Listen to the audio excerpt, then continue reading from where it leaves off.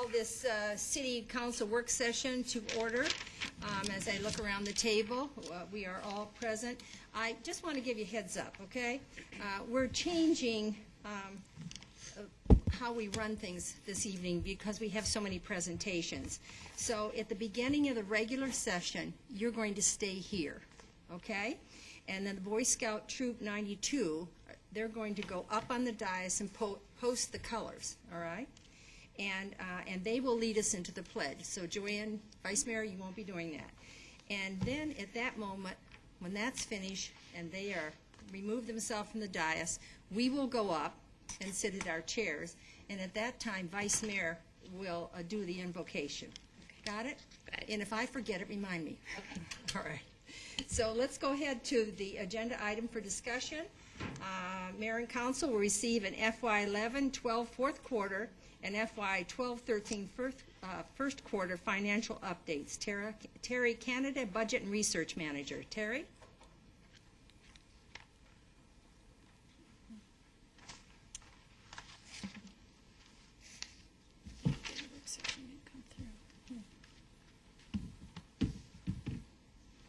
Good evening, Mayor and Council. I'm going to take just a few minutes to go ahead and review the fiscal year 12 unaudited fourth quarter. I'm happy to say that we have some good news, and budgets and actuals came in very well for fiscal year 12. Then I'm going to spend a little more time on the current year, which is fiscal year 13 first quarter, which would be activity July, August, and September, period ending September of 12. I'm also going to talk about we had some questions earlier about the budget transfer, so I'll spend a little more time on that. We do have an item coming up on consent, which will, again, it's administrative in nature for you to review the fourth quarter and the first quarter budget transfers. But like I said, I'll spend a little time on that tonight. Just in discussion in first fiscal year 12, again, we are seeing some improvement in the economy. The revenues did come in 7% over budget. We did monitor this as we were developing the 13-year budget, and so our projections for 13 are a little bit higher than the actual for 12. But all in all, it's good news. Again, moving ahead, there are some improvements in the economy. I want to note that general fund expenditures were at 93%. A few items to note on that as far as they're not actually true savings, but there's a number of large items that roll over. Probably the important ones or the pertinent ones would be we have some ongoing obligations for economic development incentives, and so that money rolls over from general fund, and we would rebudget that again in 13. Probably another one that comes to mind is the council special projects funds. We had I believe about 203,000 rolled over from that. Salaries came in under budget, as did contractual and commodities. You'll notice that in the personnel services. Could you repeat that one more time? The salaries. The salaries came in at 98%. That is categorized in the personnel services. It does include all wages paid, plus benefits, health insurance, etc. We are seeing that number moving forward. We are accruing more vacancies than we had before, and again, that's probably an indication the economy is improving and perhaps employment is opening up elsewhere, but we are seeing the vacancies a little bit higher. Just briefly on the other funds, for the revenue, these are the primary operating funds of the city. HERF, which contains all of your street activities, is funded through state allocation, and then there's also a contribution from the general fund, your major utilities, water, wastewater, and sanitation. As you can see, for revenues, not bad. A couple came in over budget, and then sanitation was a little bit under budget, but when I get to the expenditures on the next page, you'll see that expenditures as well were under budget. So that fund was near break even for year end. On the expenditure side of things, again, the same major operating funds. There was some savings in HERF due to, it was just operation costs when I looked into that, a little bit on electrical, street maintenance, some style maintenance line items that weren't fully expended. The rest came in pretty near or at budget. Terry? Mayor? Yes. Mayor? Yes. It was in the previous slide. I just for the public that's watching and the public that's here, can you explain amended budget that you show in these? That's not a term that we frequently hear. So if you could explain that for everybody, that would maybe be helpful for them. Sure. We start the budget, or we start the fiscal year out with an adopted maximum budget, and then throughout the year, as need be or things change, that budget is amended. And again, it is kept in balance. And so again, I'll talk about this a little bit later in the budget amendments. There is an offset account, or we move money between accounts. And so again, to keep this in balance. So what you're seeing here, the idea behind just showing the amended budget to actual gets you a better idea of how we came in. It's the true budget at the end of the year, and so you would be monitoring that against the actual activity. And that's why we use the amended, especially for fourth quarter. Thank you, Terry. Thank you. Okay, if there are no further questions on 12, again, Any other questions before she goes on? like I said, happy to say that there's some good news there. Moving forward, 13, we are seeing revenues come in at higher than projected for first quarter. I'll go into a little bit of detail with those specific revenues in a minute. And expenditures, you would recognize that or expect to be at about 25% for first quarter. We're running a little bit low on that. Personnel services, we are at 6 of 26 pay days. Contractual commodities, and for a total of 19%. These are the main categories of revenue here. I'll take a minute to explain the property tax. That is at 157%. We do have one large payment that came in September. Normally those are paid twice a year, just like your house, and we collect them twice a year. Most of the activity is going to occur in October, November. We'll collect about 50%. Again, it's skewed because we had one large payment, and normally we'd be collecting about just a few $1,000s, less than 20, but we had a $400,000 payment, so it makes it high because this is a trended average of what we receive per quarter. Again, Joe, thanks for the reminder about the construction sales tax. And of course, first one is non-construction. The second one is construction sales tax. And again, that would be trended budget to date, so first 3 months of what we expect to receive versus what we've received. Overall sales tax category is about 105%. And again, that would include non-construction and construction. Construction's running a little bit high. We have some major projects going on in town near the I-10 and the 303 that's driving that number up. Urban revenue, auto lieu, and state shared are all revenues that are state shared and pass through. They're trending pretty close to average. Auto lieu is running a little bit low. Again, by year end, we usually are right on target with those estimates are provided by the League of Cities and Towns, and we do expect that to be at 100% for year end. Development related is our good news. You can see it's up over 200%. We have had higher than expected single-family permits, and also we're starting to see some commercial activity. Through calendar year, September, we're at 752 single-family units, and that represents almost a 60% increase from same period last year. So does that make us still third or fourth in Maricopa County? Mayor, that would be third in Maricopa County. Fourth if you count Pinal County, they'd be ahead of us, which we don't. No, we don't count that right. Joe has a question on this slide. You've got two non-construction. The second one's non-construction. Right, it's Okay. construction. The second one is construction. The first one is non. Yeah, we just, I just a comment. The reason why I like it split out is I went and looked at the original, and we had 106% of our general fund to date is what we were running at. And the biggest increase was obviously the development-related revenues. But the reason why I like it broken out is if you take the non-construction or the non-construction sales tax at 101, our real growth is about at 104%. So we're only about 4% up on our operating revenue versus when you combine it, it looks like we're 6% up. So that's the reason for the separation, so I can get a better feel operationally where we're going. Because construction, we're supposed to be using for one-time projects. So it helps breaking it out because you can definitely see it's the construction that's driving our increases, which means development's driving our increases. So. any other questions? Go ahead. Just a breakdown on the expenditures for general fund. As you would expect, salaries are running about 70% of the total budget for general fund operating. They're coming in right on as far as year-to-date at 20%. Contractual services are about 25% of the budget, and they do run low. A lot of that lag time, both the contractual services and the commodities for the first 3 months of the year, we're paying a lot of bills for the prior year. And so some of that spending gets delayed, or the processing of the bill gets delayed. Can you just explain to the public paying bills from the prior year? Because to some people, they think, oh, you couldn't pay your bills last year, so now you're using this year fund to pay last year. So if you could just explain that. Sure, I'll get it's a little bit technical jargon here, but what happens is we're normally throughout the fiscal year we're on cash basis, and so we're paying the bill and we're spending the cash, and it's all posted in the same month.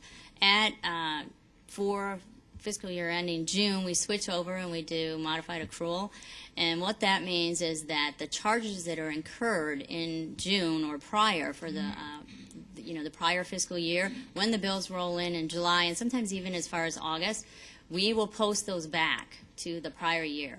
And so you'll see expenditures that will, like I said, we're processing bills for 45 days throughout the next month and a half that post back to the prior year.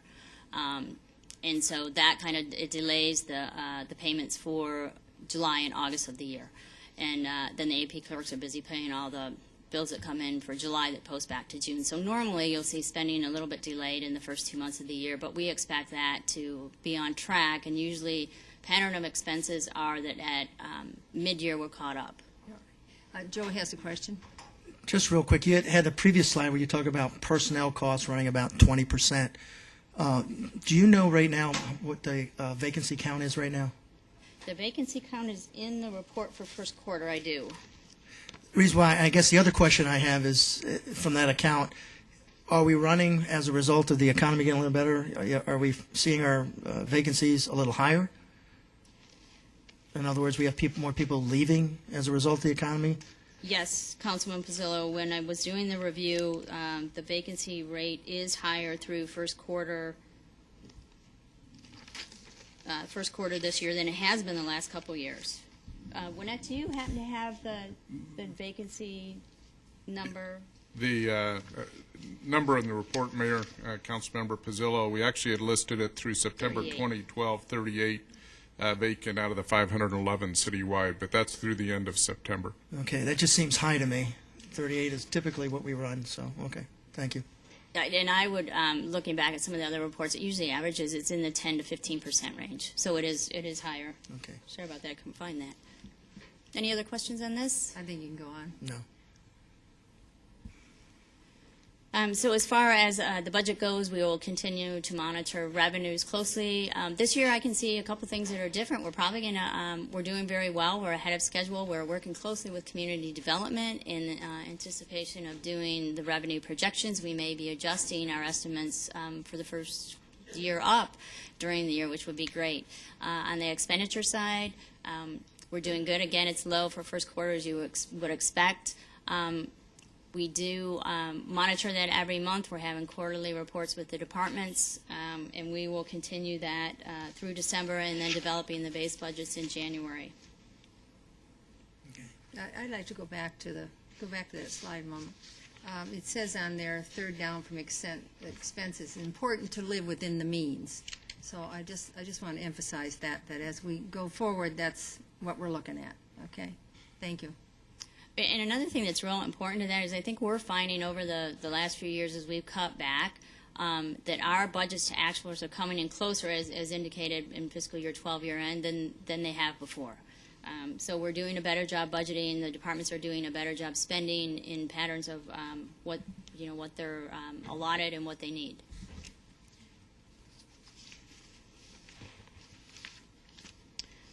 So again, this is fiscal year 13 first quarter for the major operating funds, and this is an average of what each operation fund collects for their first quarter. So it's not the budget divided by 4. We go back and we look at what they've collected over the last couple of years, and we get a trended average of that, and then we measure that projection against what they're bringing in. And it's real important, mostly like in water and wastewater, because you have some high use in the summer, and so we don't want to mislead and indicate that perhaps our revenues are higher than we're expecting because the use is so much higher and it's seasonal. So as you can see right here, everything is doing pretty good.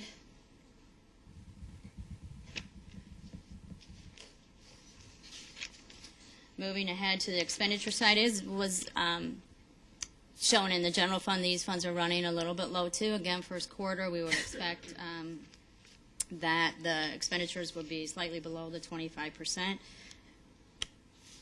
Any questions on the other operating funds? Just on the HERF, on the expenditures, is that just mainly a timing issue for street repair and street preservation at 11?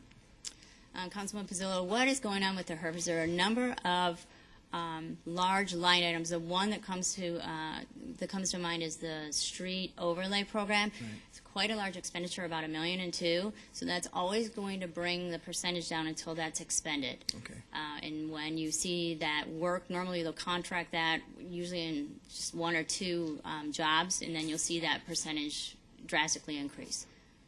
So by the second quarter, or I guess you expect to expend the majority of that $4.6 million, I assume, because of the projects and the overlay and the preservation that you're talking about. Correct. By year end, we would expect that at 100%. And the work that they do is seasonal. And again, like I said, when that one expense hit, it's going to flip that percentage. But good point, though, to note that in same thing in water and wastewater, we have a number of large expenditures for some maintenance items. And again, when you see when those hit, which they probably are a little more complicated in the procurement, and they may have to go out to bid. And so that will, again, drive those percentages up as soon as that work is being done, and probably in the later part of the year. Okay. The major expenditure for sanitation, you're going to see that runs pretty even, because the major expenditure there is the contract for waste management, and I believe I want to say close to the $4 million, and so that one's going to pretty much parallel the percent for the year. Okay, we had some really good questions about the budget amendment, so I'm going to take... I'm just going to put this at, council has an assignment, and they have to read all of this before we come before the public each week or every other week. And so during that time, many of us have questions. So we take it immediately to staff, so they're prepared to answer these questions publicly. So sometimes when citizens look at us and say, well, you never ask any questions and you never look into it, so we know you're not paying any attention. We actually are, but we feel that we give staff the opportunity to research it and have the answers. Then, if we don't like the answers and we see there's a question there, then that's our job to once more ask them about this. So I just wanted to let the public, as we go through the council sessions this year, I want you guys to bring that up, because we get criticized on the blogs, we get criticized out in the public in personal conversations. So the public needs to know how we vet these out and how we get the information, okay? So we will be asking some of those. Yes, Joe, do you have a question? Yeah, I was just going to say, the city manager knows we've had a conversation this weekend, so. I think you got 3 of us calling him. Yes. All right, there you go. We're all set, thank you. And with that said, there were some really good questions that came up, in particular about the budget adjustments. And again, we bring this back every quarter administratively. We are adjusting the budgets between the accounts. To remind you again, we keep it in balance, and so there's always adjustment of debit and credit for all the budget transfers. I want to talk a minute about the types of contingency accounts that we carry, because a number of the budget adjustments for all the quarters are always going to have contingency adjustments. And what that is the term contingency is Okay, I'm going to stop you right there. The question was put to staff, is that we saw a lot of transfers from departments for monies for projects, and it said contingency. And so there are several, that word's used quite often in finance for the city. We have a contingency plan that's, 4 months of operating costs that we have set aside so that we always have those if something extraordinary happen. We have a placeholder contingency, and then we have this. So that's why we came to staff this week and asked that question, because we were alerted right away when we saw that word contingency, contingency, contingency. So This is the explanation for that. And so the contingency is actually in the paperwork the council received. You will see a number of requests from this particular account.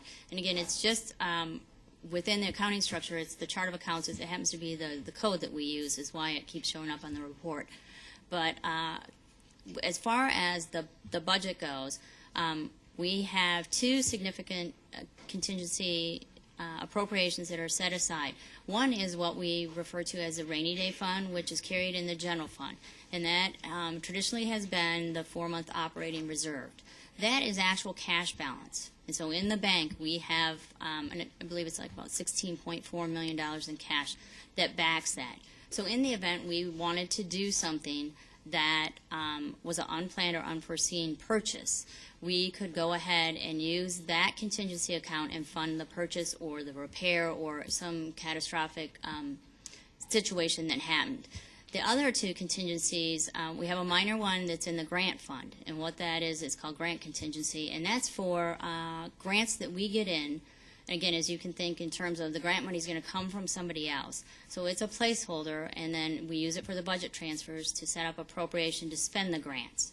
That brings the money with it. So we get a grant from Department of Transportation or U.S. Department of Defense or one other agency is sending us the money to spend, but we didn't plan or didn't know about it, and so then we put the appropriation in our budget so we can spend their money, so to speak.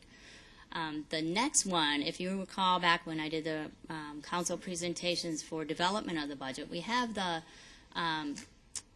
two pies, where the money comes from and where the money goes. And so on the revenue side of things, we categorize that by revenue source. If you do remember, there was one piece of the pie, and it's usually called proposed developer or proposed infrastructure improvements. And this is the particular account that we're using on these budget transfers that you had questions about. And the best way to explain this is it's a placeholder in the overall budget, because again, we're setting the maximum ceiling when we set the budget, and we cannot go over that. And you can't possibly know at the beginning of the year, we work on the budget from February to May, and you adopt the final in June. You can't possibly know everything that's going to come up. So we put this placeholder in, and if there's an opportunity or, again, an unforeseen emergency, there's a placeholder for appropriation that we can do these activities or events or something that will come up. And then this year, Can you just kind of just give a typical example of something that would come up?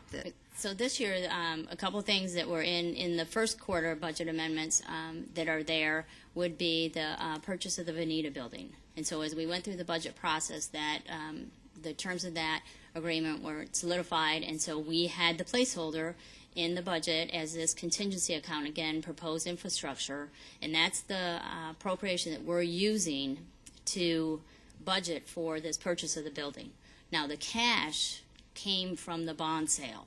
So again, this is contingency set aside that does not cash back, and so we cannot spend it until we get the cash or the revenue or the resource for these unforeseen activities. Yes, Joe. Good explanation. The only comment I would add is if, because of state budget law, if you don't have that mechanism in place, you wouldn't have been able to do the Veneta project because you would have had no way to create the appropriation to spend the money. So you do it so it gives you that latitude if something comes up and you have the cash to be able to do the project if council approves it. Is that accurate, Derek? Correct.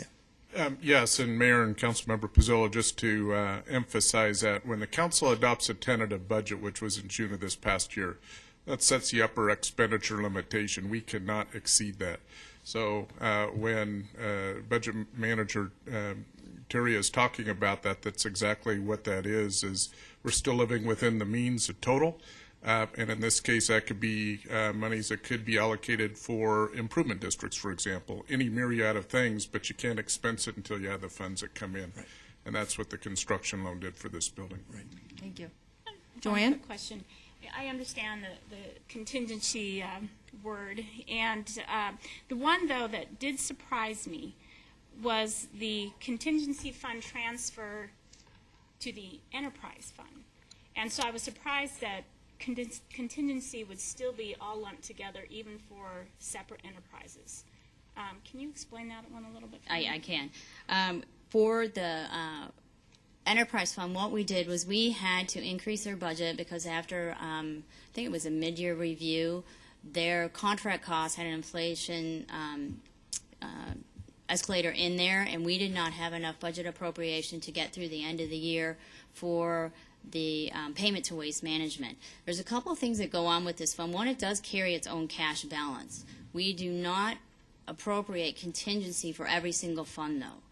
Again, we know we're going to do it in the grants. We know we're going to have the proposed infrastructure, if you will, for some large, maybe unplanned or unforeseen capital. But this particular enterprise fund does not carry its own contingency. And so we, again, you have to have the offset and you have to keep the budget in balance. So we would use that as the offset to increase the appropriation there. What happened with sanitation is, if you recall, that the revenues came in, I believe, over or at 100%. So this one, actually, they did have to use some cash balance to offset this expense, but there was revenue sufficient to cover part of that contract too. When all was said and done at the end of the year, I think they were at break even. So long story short, is it can be, with the enterprise funds, you can use fund balance and do a contingency transfer if necessary, or it can be that their increased revenue are covering this. Again, it's not cash that's coming from a different fund. It's not, we're not using general fund in this. It's, again, an accounting mechanism that moves appropriation into that fund to allow you to spend an increase. And that was my concern when I first looked at it was, oh no, we're having to subsidize again, and so that's why It I is needed not that. general fund money. Right, but could it have been contingency that would have been used for general fund type of items rather than enterprise? And so I appreciate the explanation.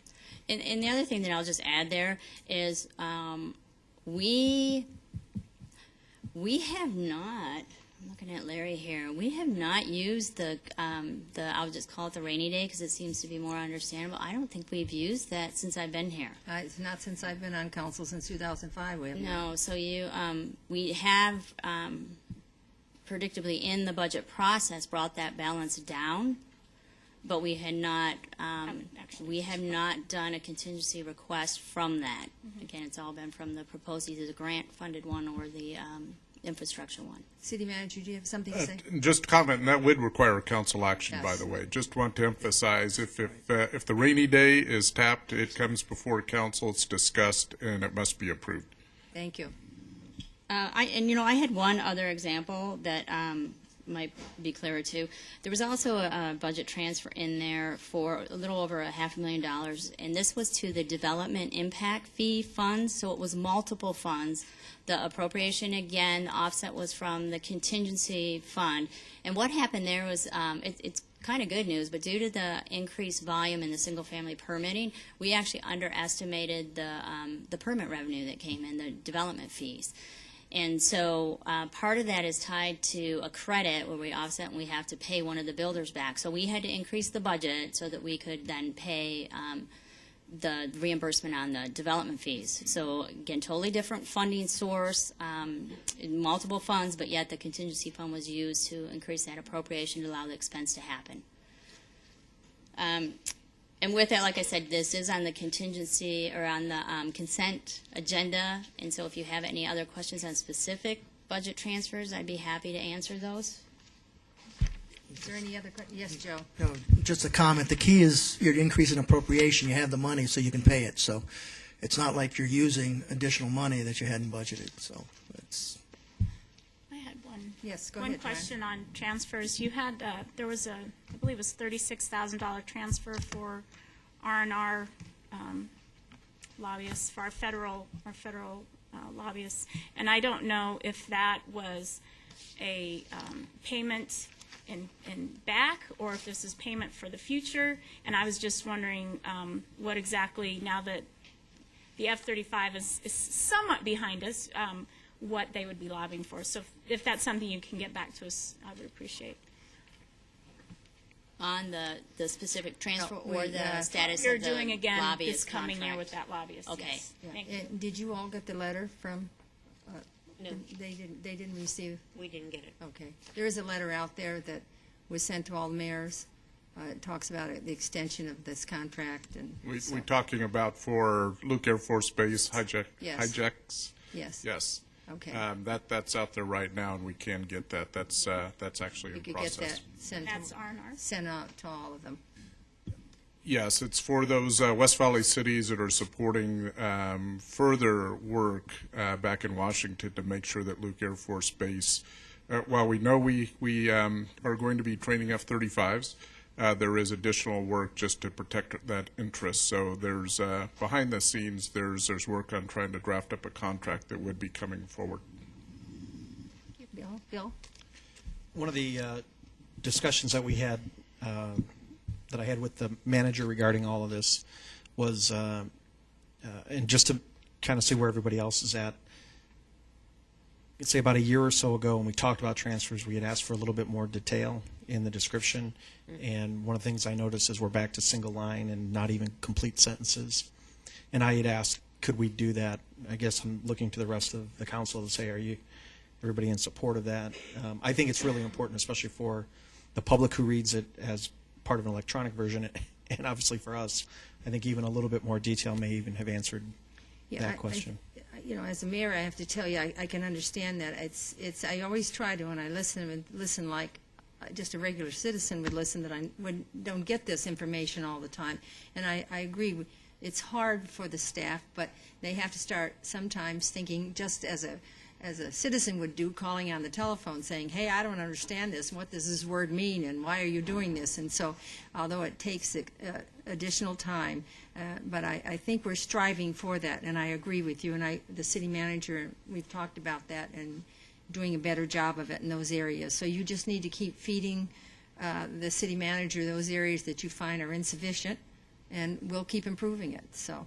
I think it helps a lot with, this whole, we talked a lot about government transparency and trying to bring that forward, and I think explaining it up front rather than having to generate more work on the backside would be You're easier. absolutely right, you're absolutely right. Thank you. Any other questions for Terry? Not for Terry, it's for Brian. I can. Okay. Terry, thank you very much. That was a great presentation.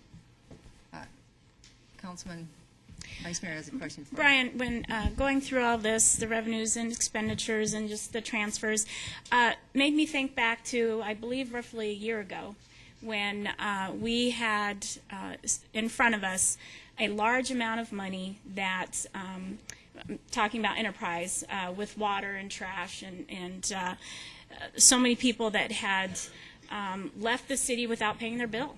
And we had this large collection of funds that we were trying to get, and the discussion came up that we had to really to haggle about was having a deposit, raising that fee, and also raising the fee on when water was turned off and having it turned back on. Now that I believe it's at least been a year, I would like to know where are we within the scheme of things. Has that pot been able to go down a little bit of what we're trying to collect? And also, has this increase in deposits and fees helped us not have such a problem? Or has it made it worse? Balance out the losses. Exactly. Or has it made it worse on people not being able to turn their water back on? Things like that. I'd just like a kind of a recap of what's occurred. Yes, Mayor and Councilmember Osborne. I won't put our finance director on the spot tonight. We can answer part of it, but let us get you more complete information. We can bring that back.